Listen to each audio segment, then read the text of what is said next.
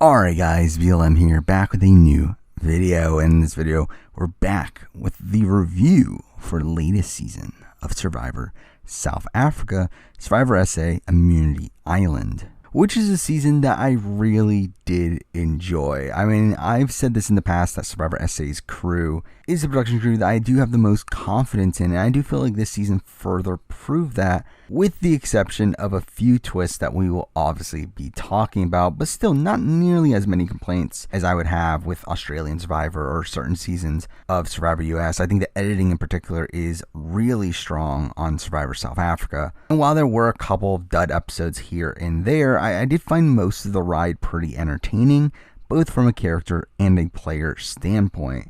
I really do love this cast, which is probably the most game-savvy cast Survivor South Africa has had, and it was really fun to see them maneuver through the game, and while not everyone was playing optimally, it did lead to a lot of interesting votes along the way, including probably some of my favorite episodes in recent history from Survivor. But with that said, let's start talking about the season itself, starting off with the premiere, where we obviously get introduced to the season's twist in Immunity Island, which I did really like as a game mechanic. I mean, while the stay and play or give up and go dilemma was a bit convoluted to me, especially earlier on, I did find it to be an interesting level of strategy that was added to this season, where staying and playing gave you the chance to win an advantage and also immunity for yourself for the next tribal council. And considering that the immunity winners picked who went to Immunity Island, I really did like how this twist would save those who would typically be earlier boots on the season, with the opposing tribe obviously wanting to send the perceived weakest member of the tribe. So people like Teresa and Santoni, who had a lot of potential of being the first boot, end up getting saved, leading to more interesting and more dynamic gameplay later on. But staying and playing also gave up your right to vote, which adds this interesting wrinkle in the dilemma to give up and go, where in that option you get to keep your vote and also get an immunity necklace that you can hand to someone else. And I did like seeing how the players had to deal with this dilemma, especially with impending close votes. So for me, Immunity Island really feels like the perfect evolution of a twist like Ghost Island, and is essentially what I wanted from Ghost Island the first time around. But as for the episode itself, right away we are introduced to the season's more important figures, people like Tyson and Santoni. Chappies gets a confessional talking about how he's already the winner, so that's something.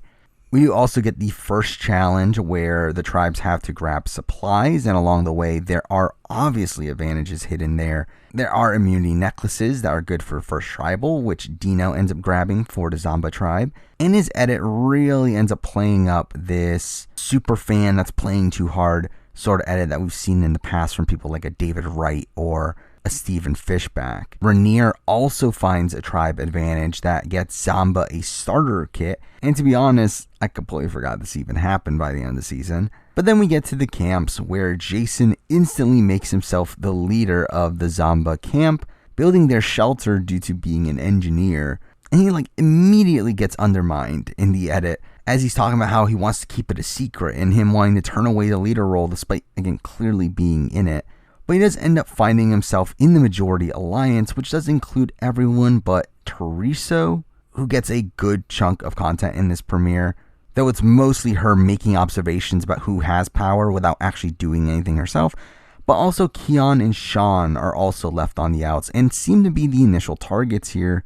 Now, Keon is there, but Sean does get a lot of content in this premiere as well, with him coming off as this coach-esque figure. On Vuno, we get a bevy of groups coming together. We find out that Anesu knows multiple people on this season, with her having known Kieran in college and also knowing Wardah from her yoga community. And all this is kind of bizarre. I mean, we've seen instances of this on multiple versions of the show beforehand. I mean, Survivor New Zealand Thailand being a very notable one where it really dictated the game.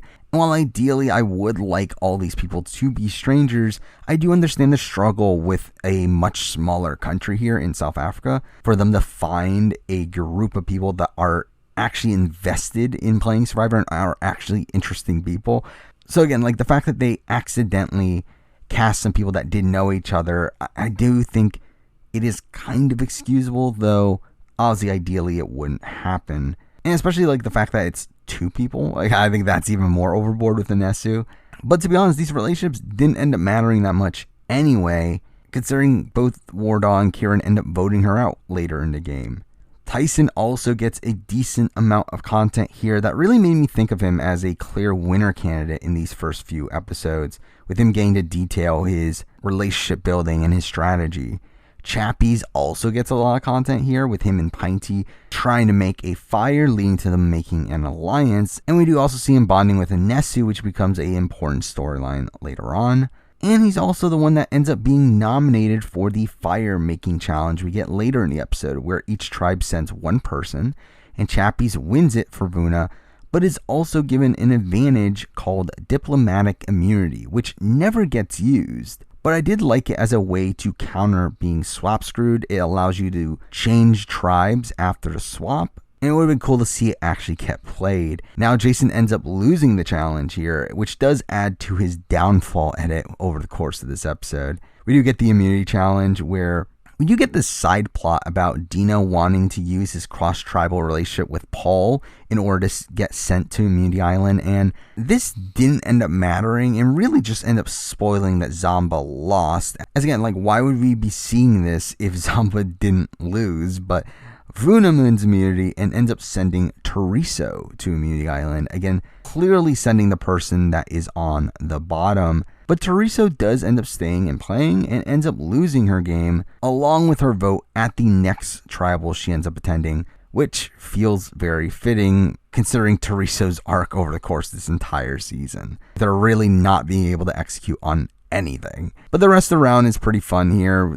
Downfall of Jason goes into full effect here. Jason having made an alliance with Sean and decides to try to save him, which causes Rainier to find him unpredictable, and we have him turning the entire tribe against Jason. And we get this really incredible scene where Jason and Dino are just talking, and Rainier gestures behind Jason for Dino to vote for Jason, which is, again, just hilarious. But we do see Rainier putting a lot of work here, really taking control of his tribe, and going into tribal, it did seem pretty clear that Jason had no idea he was going home. I mean, Sean very clearly thought he was going home, where he does go a bit crazy here. But again, the votes come up, and it is a pretty great Jason blindside, really a perfect way to end this really great premiere. And let's talk about Jason, who I thought was a really great first boot. I mean, I do think he is a player that showed some level of potential, and I was surprised to see how much of a fan he really was, but he just tried to micromanage too much and didn't really have enough relationships to actually enact that. He did have a great downfall edit over the course of this premiere, and if I ever do a premiere ranking for International Survivor, this one would be pretty high, largely due to Jason's arc here. And with that, let's move on to episode 2, where on Zombo, we do see Sean instantly targeting Dino. We also see Rainier and Amy talking about their secret alliance, which I thought was going to be a power duo moving forward, considering how prominent they seem to be in the edit, though it doesn't really end up leading to that much. But that's literally all the content Zamba gets in this episode. This episode is so largely revolving around Vuna, which definitely made it feel like we got to know the original Vuna dynamics a lot more than Zamba's. But on Vuna, we do see Pinty being a major source of conflict, with her getting into arguments with people, namely Carla, and Carla ends up targeting her because of that, while Carla's closest ally and Mike ends up being the target for the opposing side. Meanwhile, Chappies gets a decent amount of content again, where he does add Paul into his alliance, who, it's a hilariously bad edit this season, but I did also like what Chappies did with Santoni here, where he recognizes that the weakest player will be sent to Immunity Island and recruits Santoni into his alliance to get information from her in the chance that she is sent there, which again I thought was pretty good forethought there. Now later in the episode, Santoni obviously does get sent to Immunity Island, where she does win an idol clue to an idol hidden in the wall behind the seats at Tribal, which I think is a pretty fun location to hide an idol. But she also ends up exploring Immunity Island and finds another idol clue to the one back at camp, which I did find that to be a questionable production decision to essentially give the person at Immunity Island the potential to find 2 idols this early in the game. It did feel a bit much. But back at camp, Tyson, Wardah, and Anesu solidify their alliance, with them essentially being the swings for the upcoming vote. But we did get this content about them wanting Kieran in their alliance, but didn't trust his closeness to Mike, which really made me think that Mike was going to be the boot here, though obviously I was wrong. Though a major turning point in this decision seemed to be when Pinty ends up interrogating Kieran, to which she comes off as really aggressive there, and Anesu seemed to be turned off by that. But we do get the tribal where she does end up getting voted out in a 6-2-1 vote. Again, I was surprised here as I was expecting a Mike boot. Though I do think the boot here is pretty satisfying considering the amount of negativity in her edit. And I did love how in her final words she states that Chappies and Paul are the two people that probably led the vote against her when they're the only two people that didn't vote for you. But as for Pinty herself, again, she ends up being pretty different from what I was expecting her to be coming into the season. I thought she was going to be this likable non-factor in the show, but she ends up being an argumentative, aggressive player, which made her better TV than I was expecting her to be, but also a much worse player. Just like Jason, she does have a pretty spectacular downfall here that did make for a really great first 2 episode stretch of the season. Now for episode 3, where we see the ramifications of the Pinty vote, where Anesu gets to explain the move while Tyson doesn't get the time to do so, which was a massive knock against his edit for me, especially considering the rest of his edit had been so perfect up until this point. Carla also gets some content about being underestimated, as Mike seems to be getting a lot of the credit over her. And despite the highs and lows of Carla's edit, I did always look at her as a top contender, largely due to content like this. On Zombo, we do see more of Teresa's poor gameplay, where the women want to add her in on the alliance, but she ends up making it very clear that she doesn't trust them, further cementing herself on the bottom of that tribe. But then we get to the reward, where we end up swapping, which I was disappointed to see. I did really like the dynamics on both of the starting tribes. I did feel like the swap did take some of the momentum out of this season, as I didn't feel like the dynamics on the swap tribes were nearly as interesting to me. I mean, each tribe ended up having a 6-3 split, though through this swap, only members from the majority end up going home here. On New Vuna, Tyson, Kieran, and Anesu are in the minority, but they get some intrigue here where Santoni decides to tell Paul about the idol clue for him to go and tell Tyson in the middle of the challenge, to which everyone knows that that's what they're doing. But Tyson is able to find idol back at camp, which becomes a major source of intrigue on this tribe moving forward. On Zombo, we do see that Amy, Anella, and Sean are on the bottom, but almost instantly the old Vuna turn against each other, with Chappies, Santoni, and Paul going for Mike, and Mike, Carla, and Wardah clearly not trusting the other side, despite Mike clearly wanting to go Vuna strong. But Amy ends up getting a lot of the credit here for flipping the vote against Mike, despite the fact that she later gets sent to Immunity Island, and the votes from the minority end up landing on Anella, to where Anella doesn't get that much content here about saving himself, which to me really doomed his winning chances pretty early on. But Mike does end up getting voted out here, and Mike is someone that got a good amount of screen time. He is someone that had the most confessionals over the course of this first 3 episodes, but despite that, I feel like I barely even know who Mike is. I mean, his content felt very surface level, and because I never found him to be that interesting of a character, though he did seem to be a rational player, though one that did come off as a bit scheming right from the get-go, that did lead to him being a pretty big target right away. Now for episode 4, which starts off with the ramifications of Immunity Island in the last episode, where Amy had lost the game, and as a punishment, the other tribe gets to raid their camp, and this was a pretty bad look for Amy, where she does try to lie about it and easily gets caught.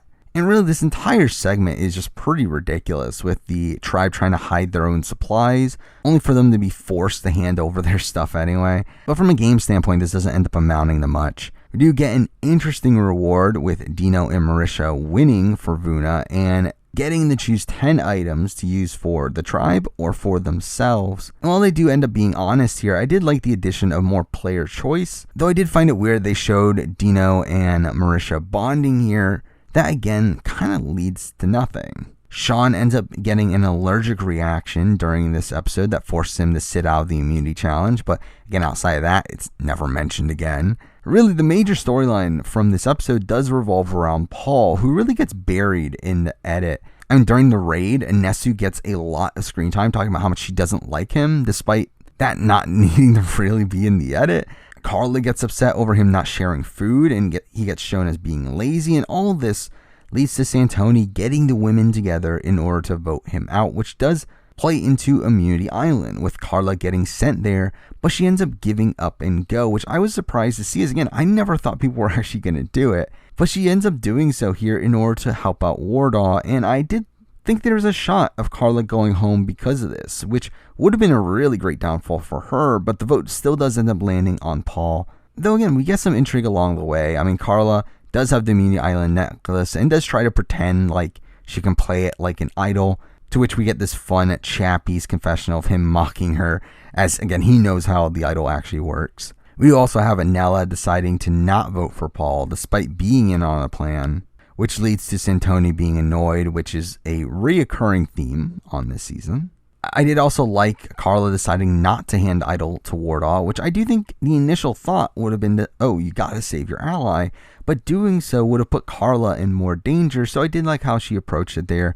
But again, all of this was really just leading up to a pretty foreshown Paul boot. And Paul was someone that definitely got a decent amount of content on this season, despite the fact that we rarely actually hear from him. Again, he got very few confessionals. We really just hear about him from other people, and almost all of that content was negative, really highlighting how lazy and selfish he was around camp. And outside of Chappie's, he didn't seem to have the ability to create many social bonds. He didn't seem to be that active in the game either. That makes me really think of him as a pretty terrible player in the grand scheme of things. Now for episode 5, which was a double elimination episode where both tribes end up going to tribal, we do still get a challenge, but it is an individual challenge where they get the choice of going for a reward or for a trip to Immunity Island. And Anesu ends up winning the trip to Immunity Island, where she does end up winning the Tribal Council Pass, which gives her the power to have one person leave Tribal, which is a twist that we've obviously seen before in both Survivor US and Australian Survivor, but I do think it is an interesting power, but one that doesn't end up amounting to too much on this season. At Vuna, a lot of the content here revolves around Teresa, who continues to show herself as a pretty terrible player here, where she did start to talk to the old Vunas in the attempt to flip over to them, but in exchange, Teresa asks for Tyson's idol note so that she can show the old Zombas to make them think that she has an idol, to deter them for voting for her, which instead actually causes them to want to vote for her in order to flush her idol. Again, really showing this plan just blowing up in her face. But also, Tyson tries to help Teresa here by telling her that the votes are coming for her, only for Teresa to then go and rat him out to the point where now Tyson wants her out. Kieran also gets some content here that I just found really confusing, with him telling the Majority Alliance to split the vote on him. Again, putting himself in danger in order to prove his trust to the old Zombas, which does end up working, but I felt like this was such an unnecessary risk to me. Their tribal was a pretty crazy one as well, with Marisha confronting Teresa over the idol note and wanting her to show everyone the note, which she obviously refuses to do, which makes it pretty clear that she is lying about having an idol. And we do also have Tyson telling the Zombas to vote for him at this point, as he clearly plans on playing the idol, to which he does end up nullifying 4 votes, and Teresa ends up getting taken out with 2. All a really fun sequence of events, and did feel like a satisfying outcome for Teresa's game. The Zomba tribal was next, but not nearly as interesting. I mean, kind of ending the episode on a bit of a whimper, where it's clearly between Chappies and Carla, where Amy and Sean end up being the swings, and they do end up aligning with Santoni in order to save Chappies and vote out Carla. Again, kind of a boring tribal. But let's talk about the boots. First, we had Teresa, who, as I mentioned, I think she played pretty terribly this season. I mean, while she didn't have much of a chance to begin with, I do feel like she took every opportunity she was presented with and just sabotaged it along the way. She had so many terrible strategic decisions along the way. As again, like on paper, she should have been in a great spot on this tribe. She was perfectly placed in the middle of these two groups, but she just ends up blowing up her own game. Though with that said, her downfall was pretty entertaining to watch, so I mean, at least there's that. But now for Carla, who was easily my favorite pre-merge boot here. I really loved Carla. I did love the villainous edit that they were giving her, and I thought it was a pretty solid edit as well. Again, I had her number 1 in my power rankings coming into this episode. And despite her villainy, the edit always went out of their way to show that she was correct in a lot of the assessments that she was making. and she did seem like a competent player. Though with that said, I do feel like my preseason thoughts on her did end up being pretty accurate, and I do think she still has a decent amount of potential in the game if she were to return, similar to what I thought of people like a Chelsea Walker or some of these other female superfans that ended up getting booted too early. Now for episode 6, which starts off pretty bland to me. Chappies does get a ridiculous OTT edit with him being really propped up at the reward challenge for saving Anela and Santoni, who were both struggling in the water. And he ends up doing most of the challenge for his tribe, though they still end up losing at the end. So really, he gets this massive hero edit in this episode. But something I did find bizarre is that despite Vuna winning, they decide to share their reward with Zamba, which makes this entire reward challenge kind of pointless. But then we get to the immunity challenge where out of nowhere we get another tribe swap, which was a surprise to me, as again, I was expecting the merge to happen in the next episode, though obviously I ended up being an episode off, and this did feel like a bit of a strange production decision in my eyes. But as for the tribes, Vuna ends up with a Zamba majority, with most of the core alliance sticking together and Anesu and Chappie seemingly being on the bottom. But this tribe doesn't end up getting that much focus on, as they never end up going to tribal anyway. The Zamba tribe ends up having a Vuna majority, with Anela being sent to Immunity Island, essentially him being handed immunity by his allies on the opposite tribe, which made it pretty clear that Dino was going home here, with him and Keon being on the outs, and Keon barely getting any content. Now, there is some discussion over taking out Santoni, though it never really seemed that realistic to me. But along the way to tribal, we do end up having Tyson finding another idol thanks to the info that he got from Santoni. And it is funny to see Santoni being upset that she didn't find it, as again, it was right in front of her this entire time. We'd also see some arguing between Anela and Wardah at tribal, which seemed pointless and really bad for both of their games. And we do end up seeing Santoni waste her idol here as well, with her obviously being worried that the old Vunas were not on her side, but instead we do see Dino getting voted out pretty cleanly here. And Dino as a player, again, I think turned out to be the worst case scenario from what I was expecting from him in the preseason. I said this in my midseason power ranking, really just swap him and Rainier, and that is essentially the type of player I was expecting him to be. Obviously I did end up picking him as my winner pick, and he did end up underwhelming me from a gameplay standpoint. But he did get some fun moments on the show, largely coming from how hard he was playing at points, and he doesn't seem like a terrible all-around player, but one that would probably be pretty inconsistent in how he performs on any given season. Now for episode 7, which was probably the worst episode this season. It really felt like a slog here, where it is the final episode before the merge, but it was one where the boot was so foreshown and there really weren't any other options. Now on Vuna, the only real content there was Chappies being shown to be wanting to work with Rainier, which is a really bizarre scene in retrospect, considering how it doesn't lead to anything on the island. But they do end up winning the combined immunity and reward challenge, which leads to them getting videos from home, which really bored me. But they do end up picking Anela to go to Immunity Island,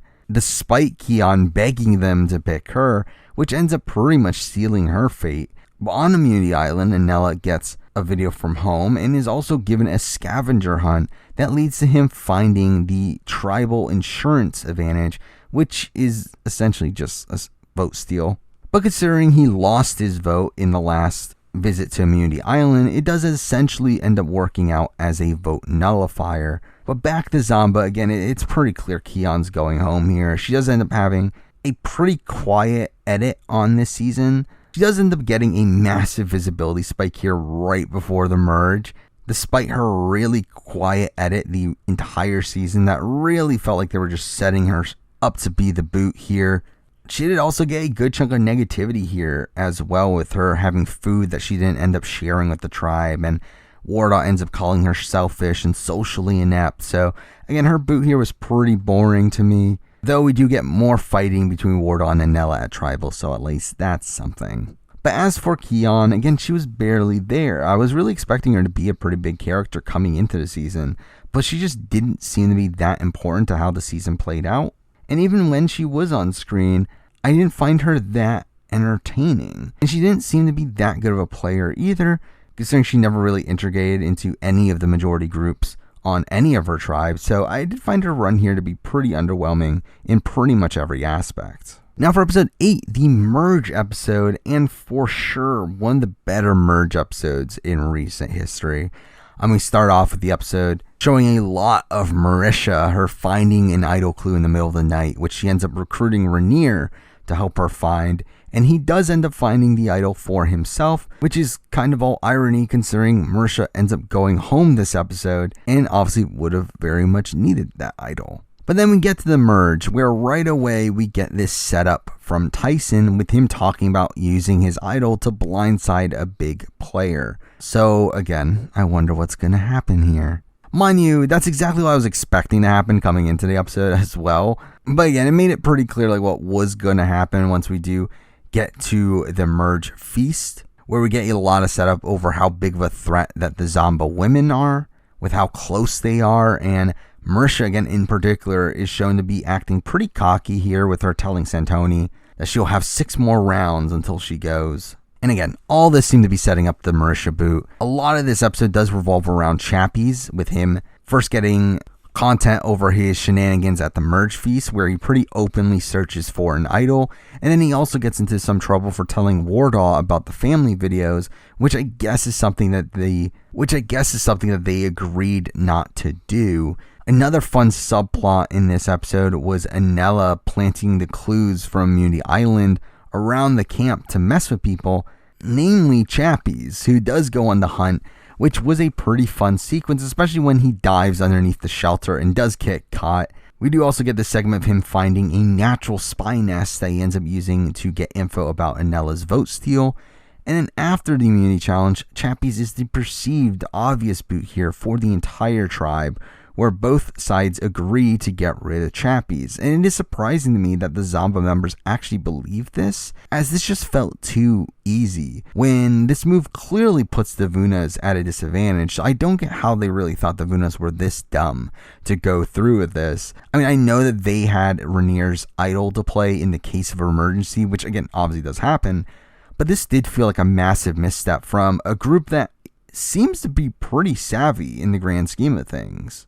But Kieran ends up winning immunity and sends Tyson to Immunity Island, only for him to return and give up his immunity to Wardah, making it again more likely that they're going to put their votes on Chappies. Once again, Tyson's idol becomes a prominent storyline, especially because Santoni ends up leaking that he has an idol to pretty much everybody, which does eventually get back to Anesu, who Tyson never told, which ends up harming their relationship, which becomes a prominent storyline in the next few episodes. But the plan for the Vunas ends up being to blindside Marisha by playing Tyson's idol on Chappies while using Santoni to act as a double agent to tell the opposition that they are going to vote for Nicole, which she ends up following through on, though she does still plan on voting Chappies to keep her cover, though she doesn't go through with it. But Anesu ends up going through with it, and in turn is able to maintain a better relationship with the old Zomba moving forward. But right before Tribal,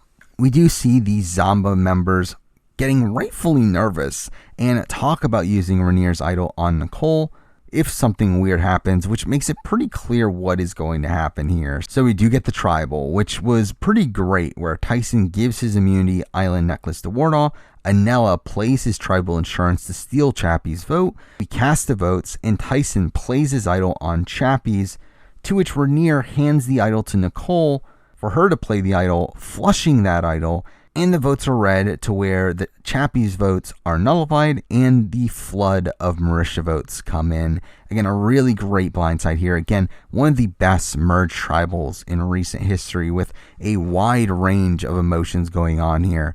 With the Vunas obviously being happy, we have Sean being pissed off, we have Nicole crying as Marisha hands her her jacket. Again, all of this is really fantastic, a massive high point for the season. But now let's talk about Marisha, who was another one of these figures that got a pretty quiet edit, but when she was shown, it was as a pretty big physical threat. Though I will say that I do feel like she also seemed like a pretty prominent figure within the Zomba Alliance, her being a figurehead for the Zomba women here. I do think she had a massive lack of threat management and did really get cocky at points, but she is a player that I do think was fairly respected out there, and despite her being a non-factor for the majority of her run on the season, I do think she is a player that could have potentially won had Zamba gotten through the merge with the numbers. Now for episode 9, where we obviously get more of the ramifications from the Marisha boot, here with Sean being really pissed at Santoni, who really ends up getting the majority of the blame for the move here, and she does end up getting into an argument with both Sean and Nicole. Santoni also ends up getting annoyed that Anesu got to keep her cover and that she was the fall guy for all this, so she proceeds to go to Nicole to rat Anesu out, though this doesn't seem to change much here, especially with the Zambas needing Anesu in this position anyway. We do get a boring reward challenge, though it does lead to the winning group checking for advantages together, during which Rainier finds the clue that tells them that there is an idol at Immunity Island. So the next person to stay and play at Immunity Island is also essentially going to be handed an idol as well. And the show really props up how important this next immunity challenge is, though it doesn't end up mattering that much, where Kieran wins, sends Wardah, and Wardah doesn't end up staying, as again they need her vote considering how close the vote is going to be. Where it is essentially going to be a 6-5 vote, where Sean does a lot of work here trying to flip over Anesu and Santoni, and even Kieran. I mean, he does a lot of work here, but it was never going to work this round.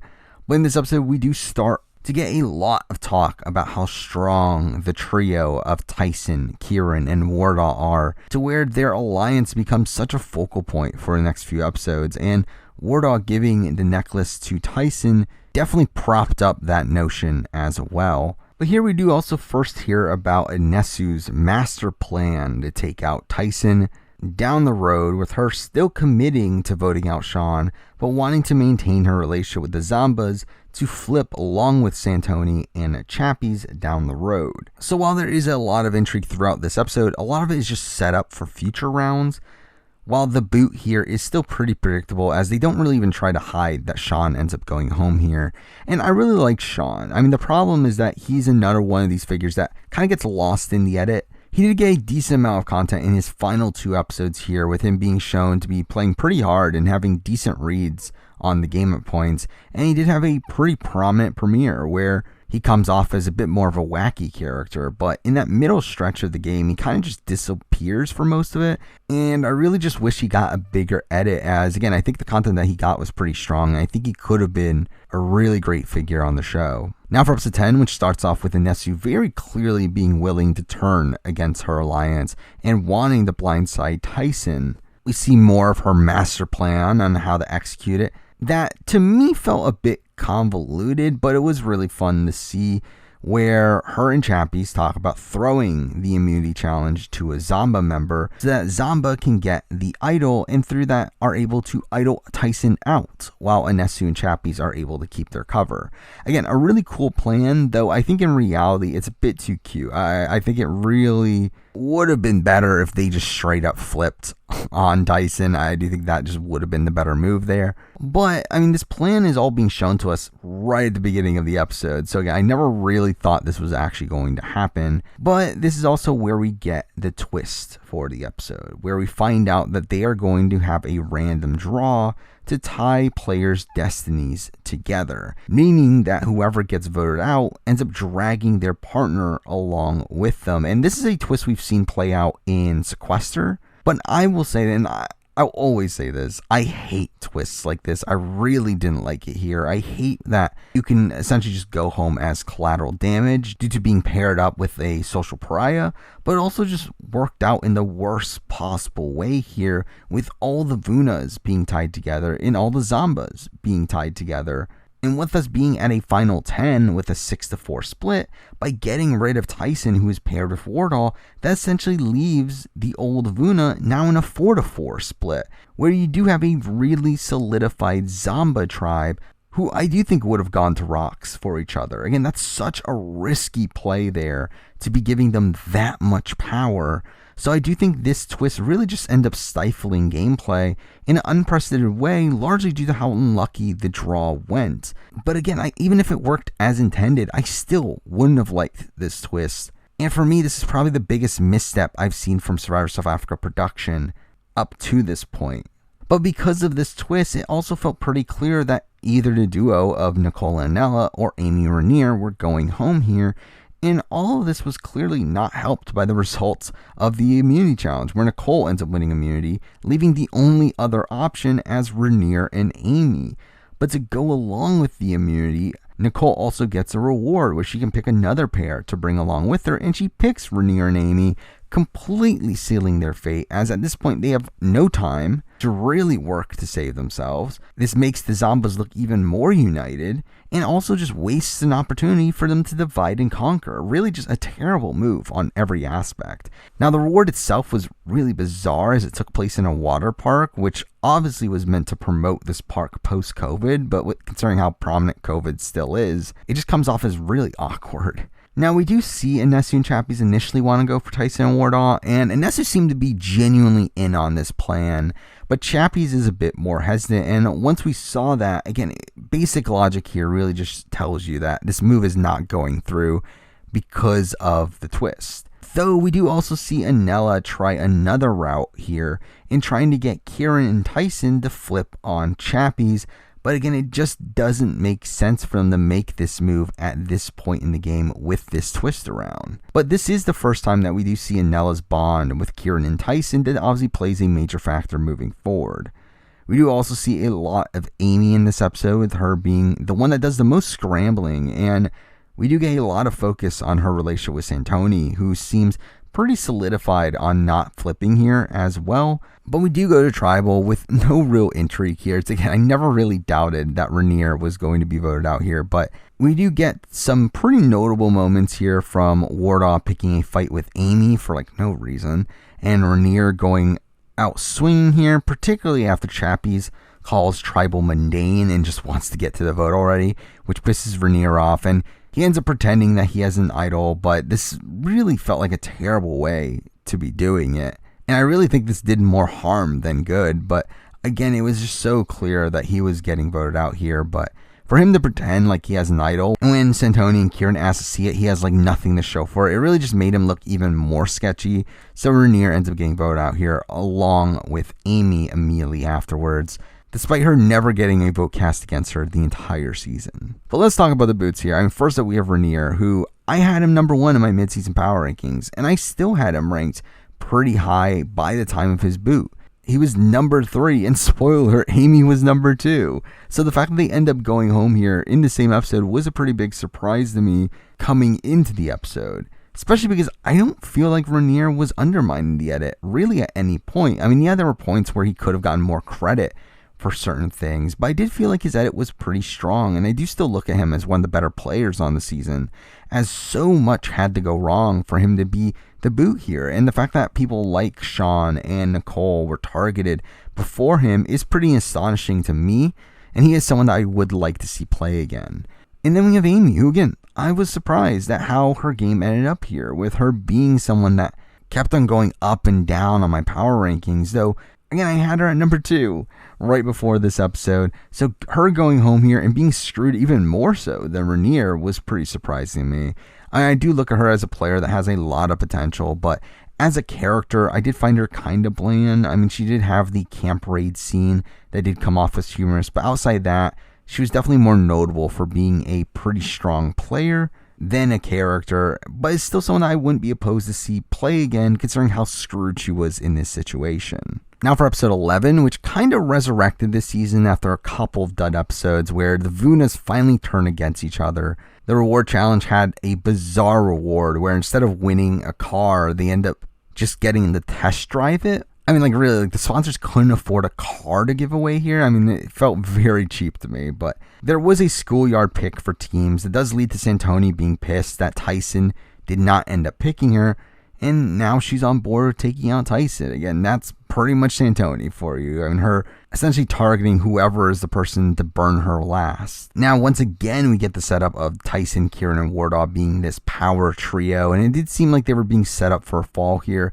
especially with Anesu leading the charge to get rid of Tyson, and we see her going to Anela to turn him against Tyson. But we do also see Tyson and Kieran doing really effective work here, and Kieran getting a lot of the credit for it in making this final 3 with Anela and actually convincing him that they're going to get rid of Wardah pretty soon afterwards. And this almost single-handedly wins them the round here. along with Anela not wanting Anesu to get credit for the move, even though by him siding with Tyson and Kieran, he's also giving them credit for this move. So again, this just felt like a really dumb rationale.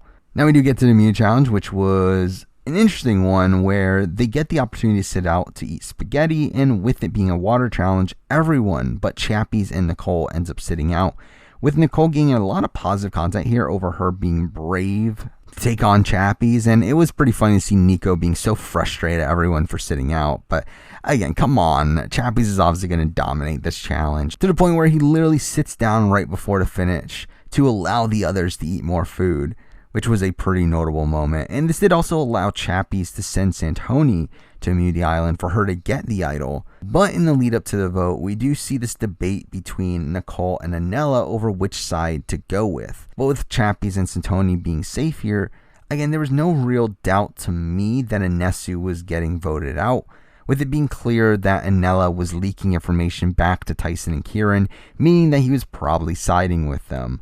So all of this was a pretty fun scramble, but one that was leading to a pretty foreshown vote, where Anesu gets voted out here and hands her tribal council pass to Chappies, which I don't love this element of being able to hand advantages after being voted out, though it wasn't as egregious as what we saw on Australian Survivor. And also it did lead to a decent amount of intrigue in the next episode over how it was going to be played, but it's still, again, a rule I wish would go. But as for Anesu, I was pretty surprised by her coming into the season. I was really expecting her to be this Nora-esque figure, but she ends up being one of the best players on the season. Now, I know her elimination was a shocker to many Edgic followers, but I did mention this previously, that I felt like Anesu's edit was a bit too perfect for me. And Survivor South Africa typically shows their winners in a negative light at points. For Anesu to just have this straight up, very standard American winner edit, it did feel out of place amongst the Survivor South Africa winners. But I did like watching her play the game here. I mean, while she's not the most dynamic character, she's definitely someone that I would love to see play again, as I do think she demonstrated a lot of a game ability on this season, would have a lot of potential on return. Now for episode 12, which was a really bizarre episode as a whole, but a really riveting one to me the entire way through. Now obviously Chappies and Santoni were blindsided at the Anesu boot and are on the outs, but they have a few advantages here, with Chappies having the Tribal Council pass and Santoni having an idol, essentially guaranteeing that they're safe in this round, and in turn almost guaranteeing that a member of that core 3 is going home. But the path that we got to the tribal was really, really interesting. Now, like in most episodes, we do see Santoni getting into an argument, this time with Wardah, and that becoming her focus over the course of this episode. And also seeming like that becomes the determining factor on the vote by the end of it.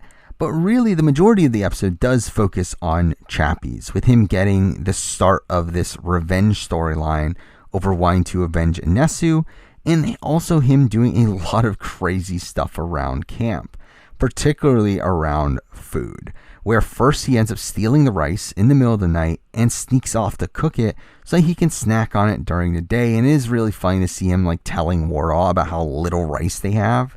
After that, we do get to the auction, where it was a very average auction. To be honest, not my favorite auction in the world, but here we do get Nicole winning the beggar's plate, which allows her to get some of everyone's items, which was cool the first time we saw it. But now that we've seen it in multiple auctions, it just feels kind of bland to me. Kieran bought himself out of the auction, though despite this, they still allowed him to buy a letter from home, which made that entirely pointless. Nicole wins the power to send herself to Immunity Island, which was essentially handing her immunity.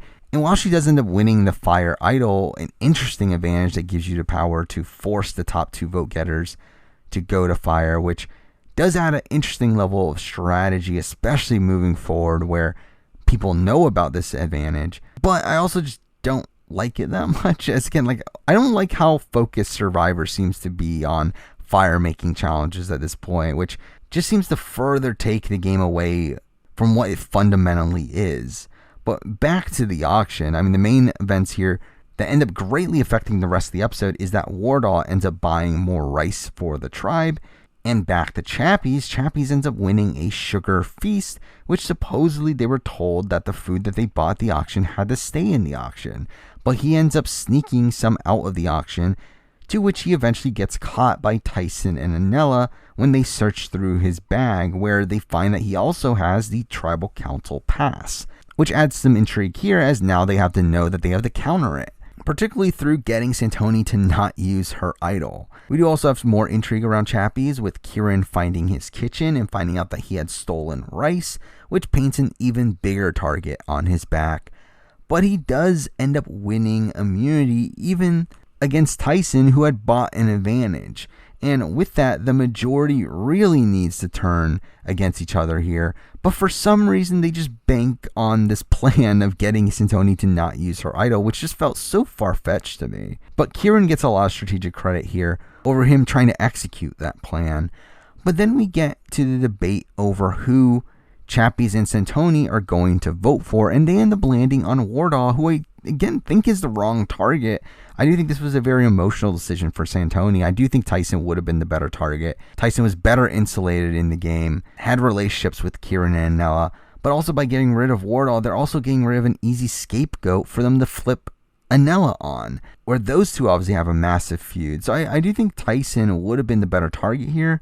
But also, they create this plan to use the Tribal Council pass on Anela, which just felt like a waste to me as well. I mean, yeah, by doing that, you are potentially building some trust with him. You are guaranteeing that one of the three go home, and that also gets rid of the risk that they put their votes on Anela. But to me, having Anela go home is still worth it to keep around an idol on the final round that you can use an idol. I do think by doing this, which forces them to use the idol one round earlier, it's just straight up not ideal. Another insane portion of this episode here is the saga of Wardah and the rice, where she takes the rice that she bought at the auction hostage, which leads to Chappies executing this heist where he fills a bag with sand and ends up swapping it out with the bag of rice, which just felt so ridiculous. And all of this leads to this insane tribal, where the majority of it is just this massive fight between Chappies and Santoni and Tyson and Wardah over Chappies cheating by stealing the food from the auction, him stealing the rice from camp, him stealing the rice from Wardah's bag. And we get this really spirited debate here where Wardah and Tyson are just calling on Nico to do something about this, to which Nico just scolds them when it comes out that they had all broken the rules, with them taking back some food from a previous reward. And the meta-ness of all this was pretty surprising to see. I feel like this is something we wouldn't see on really any other version of Survivor, especially considering like nothing actually comes out of this. But it's a pretty insane sequence of events here, though I will say that while I do think that the players should be allowed to do what Chappies did in sneaking food away from a reward, I did find it strange that they set up this rule to begin with and are just okay with him breaking it. Again, to me, this never should have been a rule to begin with, but I don't love the sentiment of them just allowing players to break rules and them getting no ramifications for that. But this was all really just a mask for the vote here, where Wardah is clearly going home, and they really don't set up a reasonable alternative, but we do have a slew of advantages on our way there, with Chappies playing the Tribal Council pass on Anela, Santoni plays the idol on herself, in turn idling out Wardah, and this was a pretty fun vote, despite the fact that it was obviously very much overshadowed by all this crazy cheating allegations. But let's talk about Wardah, who I thought was a pretty interesting character on this season. I mean, to me, she played a similar role to that of like a Steffi from Island of Secrets, this loud confrontational figure that was mostly loyal to her alliance and does get taken out through a slew of advantages. I mean, she did bring a good amount of entertainment throughout the season, despite her coming off as pretty self-righteous throughout. She seemed like a competent enough player with the ability to think strategically, though I do think she was probably a bit too loyal to her group and also showed some really poor jury management at points. But now for episode 13, which was another pretty insane one. Obviously, early on, we do get the typical content of Chappies being the target, and along with this comes more of this Chappies-Tyson rivalry, where they get into an argument over how he has no respect for Tyson. And almost immediately we get to the reward challenge, where it turns out it's the family visit, and Chappies wins the challenge, Though instead of the reward being time with their loved ones, it turns out that everyone gets time with their loved ones. And Chappie's reward is the ability to pick 3 people that will compete in the immunity challenge, with the other 3 not getting the chance to compete. And I don't mind this reward. I mean, ideally it wouldn't exist, as it essentially is just an advantage in the immunity challenge, especially in the way that Chappie's ends up playing it, where he picks the 2 weakest opponents in Santoni and Nanella to compete against him, who he does end up beating. But really, it's like, why wasn't this just the immunity challenge then? Like, why do we even need this as a reward? But with Chappie safe, the target is planted solidly on Santoni. But this is where we get a lot of the craziness from this point forward. Now, first, a major storyline of this episode is how Tyson, Kieran, and Anella have now formally formed a Final 3 alliance called the League of Shadows. And during the family visit, Kieran ends up finding an idol with the help of Nicole's brother, which is really bizarre, and also could have been really humorous considering how Kieran ends up targeting Nicole later in the episode. And there were points where Kieran could have potentially played his idol to idol Nicole out of the game. But Kieran goes pretty hard here in trying to get Tyson and Anella to vote out Nicole, to which they are clearly not receptive. And I do feel like this felt a bit too much from Kieran.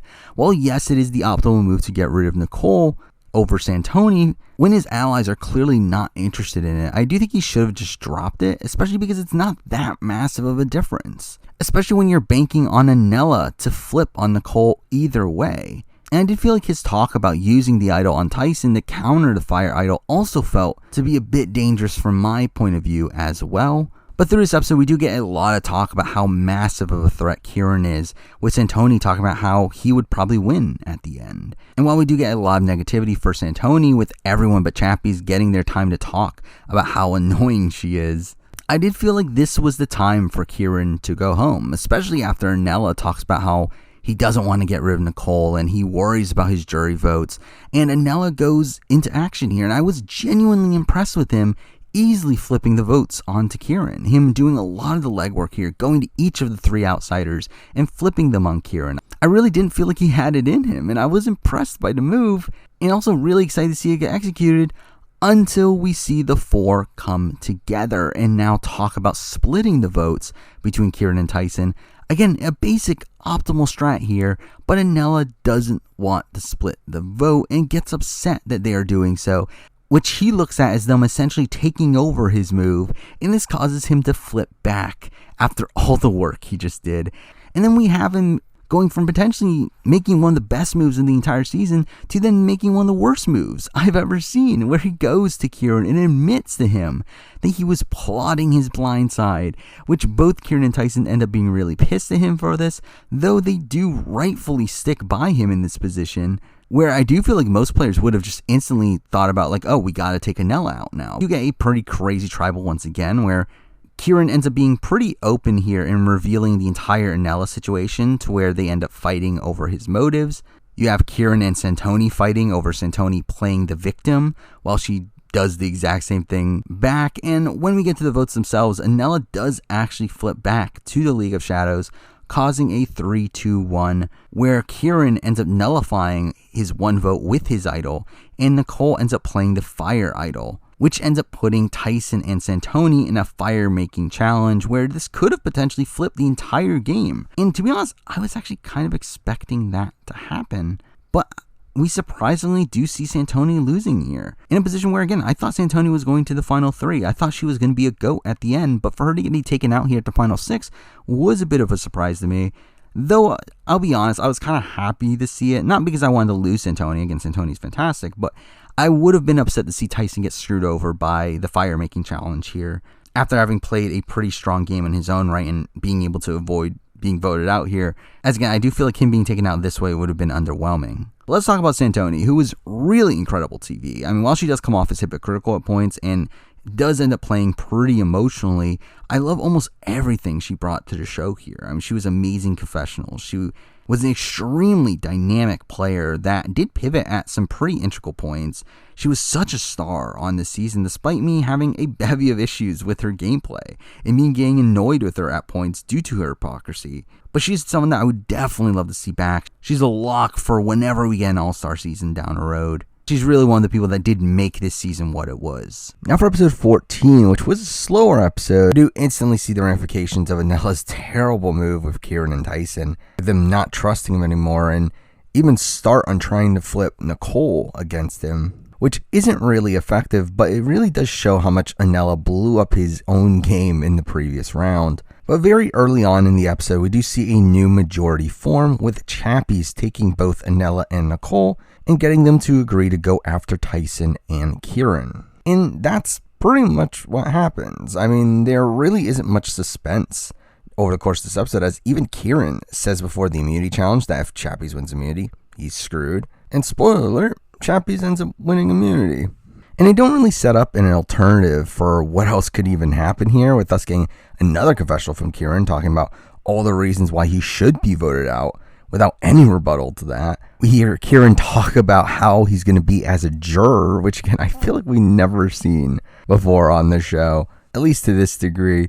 Now, Chappies does also win reward in this episode, further demonstrating his dominance in challenges, and does take Anella to further secure that bond, but it does also lead to some fun after the reward, where Anella creates this plan to have them lie about how much food they got so they can go back and eat some rice back at camp, which felt like a pointless lie, but it seems to have worked out for him. And we do also get the return of Chappies' kitchen, with him cooking crabs that he caught in the middle of the night, and he ends up getting caught by Kieran and Anella. And despite Anella talking about how much he's going to use this to tank Chappies' jury chances, it actually seems to actually boon Chappies' game by the end of it. Another storyline here is that Tyson has an injured leg, which does seem to be a major factor in why Kieran is targeted over him. I did find Nicole content in this episode kind of humorous, where she really struggles at the immunity challenge, which was really unfair, as this key was just way too high for her to grab, and she was like literally stuck there until the challenge ended. But after the challenge, Nico really just props her up once again, like he did in the previous challenge, really commending her for trying.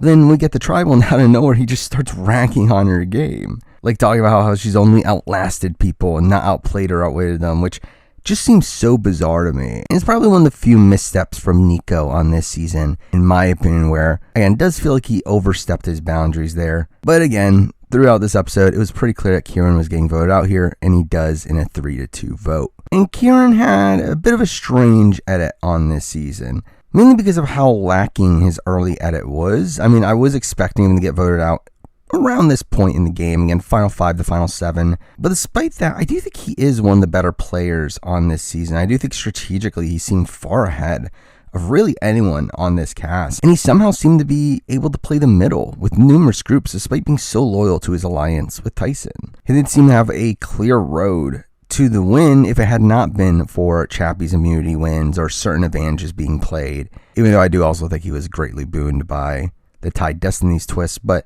I do think he would have had a great chance at winning if he had gone to the end. But with that said, I just didn't find him to be that interesting of a character. While I wouldn't mind to see him play again, I do think there are numerous people on this cast I would rather get the call than him. But overall on this season, I was very impressed with his gameplay. Now for episode 15, which was another pretty straightforward episode for the majority of it, where very early on, we do see that Tyson is now on the outs, and that Anella and Nicole re-solidified their final 2 deal, meaning that Tyson's best chance of staying in the game is for Chappies to lose individual immunity, especially when we do see Anella talk about wanting to blindside Chappies to put a move on his resume, but shockingly, I mean, we obviously see Chappies win immunity. And along the way, he also wins reward as well, where he does get to have a breakfast with a jury member, which is something we've seen before on Big Brother, but I don't believe we've ever seen it on Survivor, and I do like this as a reward. It is interesting to hear what the jury is thinking at this point in the game, and I do think it is a very important reward, as it does give the player that goes on it the ability to have a bit of a reality check on how they're actually perceived in the game. And we do see Chappies picking Anesu to talk to, which I did find to be a questionable choice. I mean, the most successful implementation of this in the past was from Dan Giesling in BB10, where he takes the person he burnt the most in Michelle on the dinner to pacify her and be able to flip her over. And I was surprised not to see Chappies do a similar thing here, though it does end up working out for him. And realistically, it's like, I guess it does make the most sense for him to pick Anesu here, considering Anesu probably would have one of the better reads on the jury and would probably have more influence than someone like a Santoni. And we do end up seeing him learn about essentially a full breakdown of how the jury is going to vote and how he should approach Final Tribal, which again, I think is very powerful information for him to have. Where I think there's numerous times in the past where I do think certain Final Tribal results probably change if a certain runner-up had this information coming into Tribal. But after the breakfast, we do also find out that Chappies gets another advantage as well, and that is the power to remove a juror, which was kind of expected to me that this was coming at some point. But to give this power to the person who also just had the chance to talk to a jury member felt like a bit too much power to be giving one person for one challenge win. But I mean Chappies was probably going to win that challenge anyway. But beyond this, we do get a lot of content about Chappies hoarding food once again, with him finding coconuts on the beach and hiding some for himself, which was fun at the beginning, but by this point in the season, it does start to get a bit old. After this, we do get hints that we are getting a final 2 instead of a final 3, which it does seem like Anela and Nicole pick up on this, but for some reason it seems like Chappie never does and never considers it, to the point where he ends up leaking all of his secrets to the other players after his immunity win. Now we do see Tyson seem to essentially give up here as well, where we do see him talking to Anela and not even try to campaign there, and seems to be trying to help Anela win against Chappies at the end, more so than trying to save himself, though we do end up seeing him approaching Chappies and try to campaign to him, though it is totally ineffective. And coming into the Tribal, we are led to assume that there is no chance of Tyson surviving here. But then at Tribal, Nico drops the bomb that we are getting a final 2. And it was interesting to see Chappies want to flip the vote here based on that information, with obviously Tyson being injured and probably being easier to beat in a final immunity challenge than Anela. It did make sense for Chappies to flip on Anela here, and he does try to get Nicole and Tyson to vote with him, which was fun. And I'll be honest, my first instinct when I saw one vote for each of the vulnerable players, realizing that we were getting a 2-1-1 here, I did think that Anela was going home. Then I thought about right before the vote came out, I was like, oh wait, that makes no sense, based on how we know the votes are coming. So yes, it does end up being a 2-1-1 against Tyson, with Nicole and Anela sticking together, Chappies having flipped to Anela, and Tyson not taking the opportunity to save himself and still putting his vote on Nicole, which, he essentially quits the game, right? He did seem very out of it by this point in the game, and I do suspect that he even recognized that if he did survive this round, he was just going to be fodder for 3. Chappies was still going to vote him out of 3.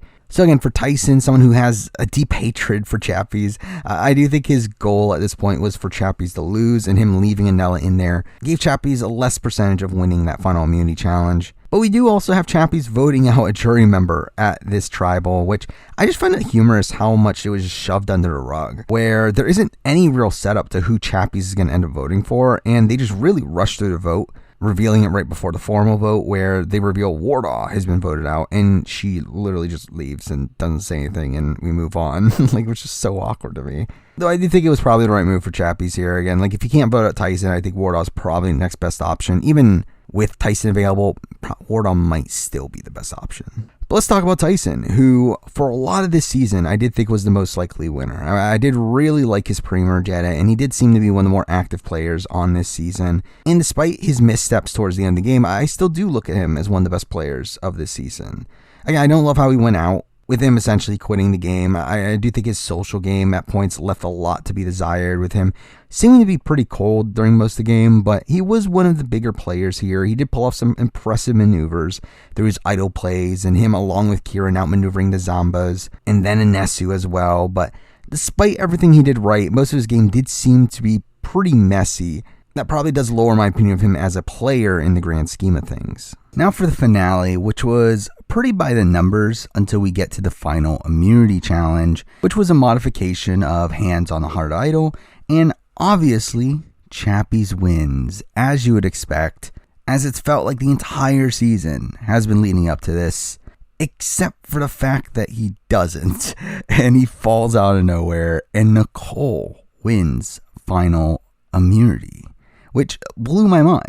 I was so confident that this season's story was that of Chappies winning, especially when looking back and seeing all these confessionals about Chappies talking about how he's already the winner. It just felt right that that was what was going to happen here. And we just get so many signs that Chappies going to be at Final Tribal. We hear Anela talk numerous times about how he's going to use certain things against Chappies at Final Tribal. And again, it just felt like that was what was going to happen here, but it just doesn't. Again, he loses final immunity here really out of nowhere. And yeah, they do try to make it sound like, oh, he has a chance here with him using information that he got from Anesu against Anela, but I never really felt like it was going to work, and he does get voted out, which made it clear to me that Nicole was now going to win, which realistically, it was never out of the realm of possibility. I know so many people are talking about how unexpected this winner is and how it doesn't follow the logic that is typically associated with Edgic, but I do disagree with that. I mean, something I picked up on very early on was how Nicole did have a under radar edit, but one that was very consistent with her getting screen time every episode. We obviously have these big moments for her within challenges where the show's propping her up. She gets time to talk about her game at Tribal. Like, the signs were there. Like, her winning was always a possibility. It's just not one that I thought was particularly likely. And like, between her and Anela, like, Anela was just so undermined in the edit throughout the entire season, to where despite him seeming like a more likely winner on paper, it didn't seem like it was going to happen in my eyes. And I will applaud the editors here, as they did completely trick me. Again, I was fully expecting a Chappies win here. The Chappies win did feel very foreshown, though in retrospect now, it is hilarious how much of a red herring the entire Chappies winner edit was. But they also did it in a way that made the Nicole win also make sense from an Edgic standpoint, at least.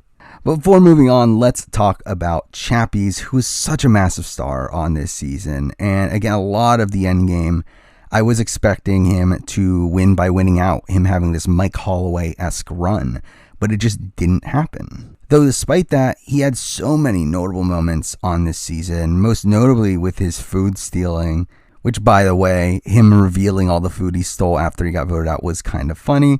But he is also just fantastic in confessional and is a player that, despite the flaws he has in the game, I do think he has a decent amount of game sense, though he's always going to struggle with getting to the end, where I don't see how he gets there unless he literally wins out every single time he plays. After Chappies' vote out here, we do get more formalities until we get to Final Tribal, which was a fine one. Not super explosive, though one that is very puzzling to me. Again, like, while the Nicole win from an Edgic standpoint does make sense, within the game, I don't personally get it, especially coming from a jury this game savvy. And we even hear certain jury members talk about how Anela did do more in the game and had more social bonds in the game. Like, I personally found Anela's performance to be a lot more impressive, where he does articulate his game pretty well without taking undeserved credit for things that he did mess up on. I mean, I think he took ownership of his screw up at the final 6. But I do think in retrospect, that was probably the death sentence for him, or at least one of them,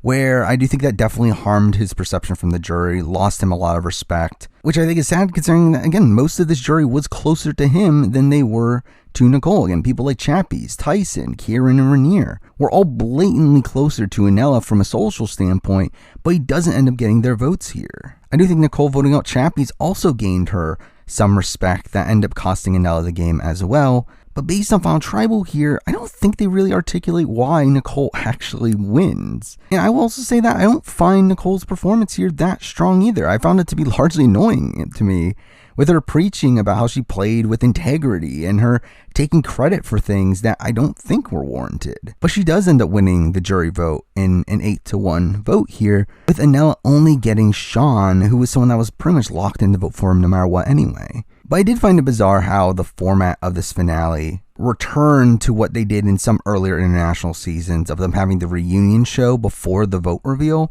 which is something that I personally don't love. I think it takes all of the momentum the finale had and kind of drags it to a halt, while also not allowing us to get the full context of the season in the reunion show, as again, they can't spoil the winner and they can't talk about how they voted. And also there were just bizarre moments during the reunion with Anela and Nicole going to the resort that the season was filmed at and revealing the winner of like some sweepstakes. We had these 2 security guards guarding the votes for some reason. It was just weird. But either way, this was a shocking way to end the season. Definitely not an outcome I was expecting, but to be honest, not one that harms my overall opinions of the season. I did think if Chappies had not won, I just didn't feel like the story of the season would be satisfying. But I don't agree with that anymore. Now looking at Chappies as like the fallen angel of the season, And having more of a train wrecky final too, I think does boon my opinion of the season, which was already very high to begin with. Before we wrap up, let's talk about the final two, starting with Anela, who I will say I personally would have voted for. While his final 6 move is astronomically bad, I do think he had more agency in the game than Nicole for the majority of the season, and was the one that dictated more of the game than Nicole. He had strong social bonds in the original Zamba with Rainier and Sean, to the point where they keep him safe after the second swap. I mean, he had the League of Shadows that kept him safe throughout most of the mid-game. I mean, he had moments where he clearly got his way over Nicole at numerous points in the post-merge. But again, from an edit standpoint, it just didn't make sense for him to win, given the lack of credit that the show was giving him for the game that he played throughout the season. That made him one of the least likely winners from my point of view, and didn't make it that big of a surprise for when he lost, even though, again, I don't get how it happened, considering in the Jury Villa videos, they seem to be higher on Anela than Nicole, and we even hear from Anesu that she was thinking that Anela had a better chance of winning than Nicole. So again, I don't get it, but it happens. And now let's talk about the winner in Nicole, who, again, the edit was there, but I am surprised to see that she actually did pull it off. And again, I still don't know how she pulled it off, especially with this being such a game-savvy jury. It does feel like this change in perception came from her final immunity win with her voting out Chappies, which is something that I personally wouldn't give her much credit for. So from a game standpoint, I just find her win very jarring, despite her edit being consistent for most of the season. Again, like, the edit was there. I mean, it was one where she was consistently getting checkups every single episode. Again, there's not a single episode where she got no confessionals. She gets propped up for never giving up in challenges. She has time to talk about how her game is different from a lot of the other games that are played. And again, all props to her for convincing this jury to vote for her. But again, for me personally, it wouldn't have worked. I do favor Anela's game here, despite the fact that both of their games are pretty flawed. But again, her winning does definitely boon the legacy of this season and giving us a really unexpected outcome here. So overall, with Survivor South Africa Immunity Island here, I did really end up enjoying this season, with it giving me even more confidence in the Survivor SA production crew, with them producing a really great season here, and a really unpredictable one by the end of it. Again, can't believe Nicole won this season, and that the final 2 was between her and Anela, but the road to that outcome was also very satisfying. I do think Survivor South Africa has mastered how to get the most out of its cast, where despite there being a number of slower episodes that had very foreshown outcomes, the episodes themselves were typically still very entertaining due to how great the cast was and how great they utilized them to bring really notable character moments. And we do also get some great blindsides along the way. Again, that merge tribal in particular is one of my favorite tribals in recent history. And because of all those things, my gut does tell me that this is my new favorite SA season, and possibly my favorite international season. Now, that can obviously change over time. I mean, once we get more removed from this season, I do expect my opinions on the season to alter, but from this current point in time, I am very high on this season, despite it having a couple slower points that do make me question exactly how high I should be on it. But there we go. I mean, those are my thoughts on Survivor South Africa Immunity Island. Now, I do plan on making a player ranking for this season, along with Australian Survivor Brains vs. Brawn, which will hopefully come out relatively soon. And like I've mentioned so many times before, we still have a lot of other shows that I'm going to cover as well. American Ninja Warrior, Survivor 41, Big Brother 23, The Challenge, The Circle. There's so much going on. So stay tuned for those videos as well. But for now, that's the video. Thank you for watching.